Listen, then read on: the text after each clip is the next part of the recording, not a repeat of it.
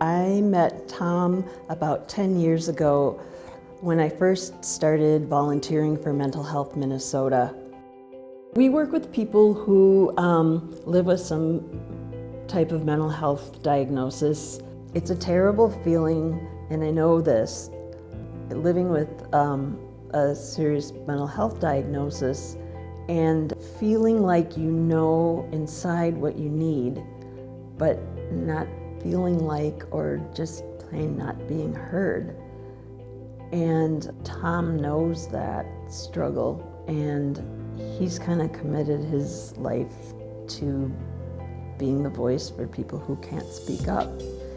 I actually started learning about mental health back in the 1980s. When my son was diagnosed with schizophrenia, I remembered how confusing it was for people as a family member, and how it was for my wife and myself and for his siblings to try to figure out what to do. You know, 1 in 5 families will be affected by a mental illness. It's pretty daunting. Tom is a client advocate. He advocates on an individual level with people who have a mental illness to find housing, to find jobs, to find, an avenue to get medication, services. I like to be able to kind of put myself in another person's place as much as possible. People are not necessarily at their best when they call, and it takes a really patient person to be able to kind of sift through what people are trying to communicate and help them figure out a goal for what they want help with. If they really think that something's important and it's not there, what is the barrier to that? What can we do? What can I do? What can the client do to try to meet that barrier, to overcome that barrier, so that a person can get on with their life? I think his approach with clients is to always realize that they are individuals with a mental illness. They are not a mental illness.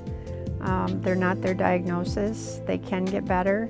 I think he believes in people's potential if they have the right services to help them.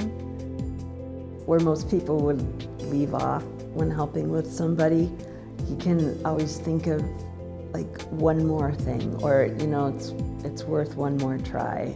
But he's also really good at empowering people.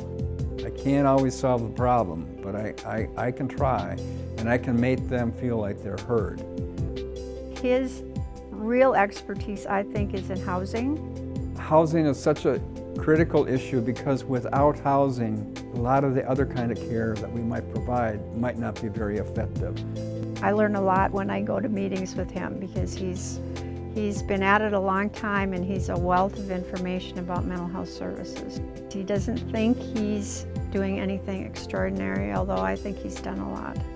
Tom's taught me a lot about persistence, and I think he's just been an example for so many people, so many providers of mental health care, to not give up on people, and to take what they say seriously and respectfully.